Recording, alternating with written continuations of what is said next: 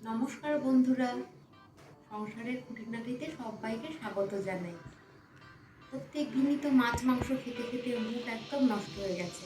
তাই জন্য আজকে মনে হলো একটু ডিমের কষা বানাই। তাই ভাবলাম রেসিপিটাও তোমাদের সাথে শেয়ার করি। চলো তাহলে। ডিমের কষা বানানোর জন্য সমস্ত উপকরণ একসাথে রেডি করে নিয়েছি। এখানে ডিম সেদ্ধ করে নিয়েছি, এখানে টমেটো, আদা, রসুন, কাঁচা লঙ্কা, পেঁয়াজ সব নিয়ে নিয়েছি। এগুলোকে মিক্সিতে একসাথে পেস্ট করে নেব। এখানে কিছু গুঁড়ো মশলা নিয়ে নিয়েছি, জিরে, ধনে, লঙ্কা, নুন, হলুদ, এটা তো অবশ্যই লাগবেই। কড়াইতে তেল গরম করতে বসিয়ে দিয়েছি। এবার ডিমগুলো লাল লাল করে ভেজে নেব।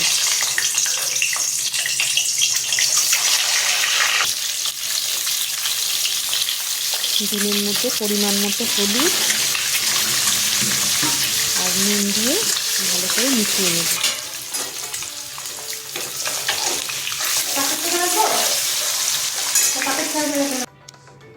ডিম ভাজা হয়ে গেছে।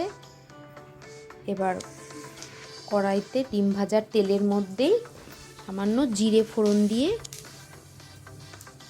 যে মশলাটা আমি মিক্সিতে পেস্ট করে রেখেছিলাম সেই মশলাটা সব দিয়ে দিলাম।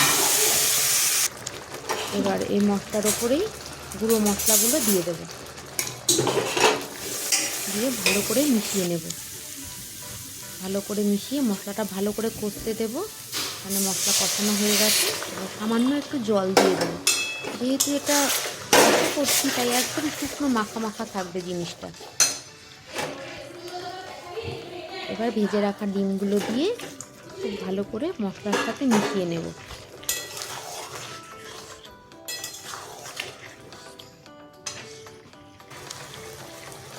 এখানে প্রায় হয়েই গেছে। অল্প একটুখানি চিনি দিয়ে দিলাম। চিনি দিয়ে বেশ ভালো করে মিশিয়ে নিলাম। ডিমের কষাটা একদম রেডি হয়ে গেছে। এবার উপর দিয়ে সামান্য গরম মশলা গুঁড়ো ছড়িয়ে দেব। গরম মশলা গুঁড়ো ছড়িয়ে দিয়ে ভালো করে মিশিয়ে নিলেই একদম তৈরি আজকে ডিমের কষা।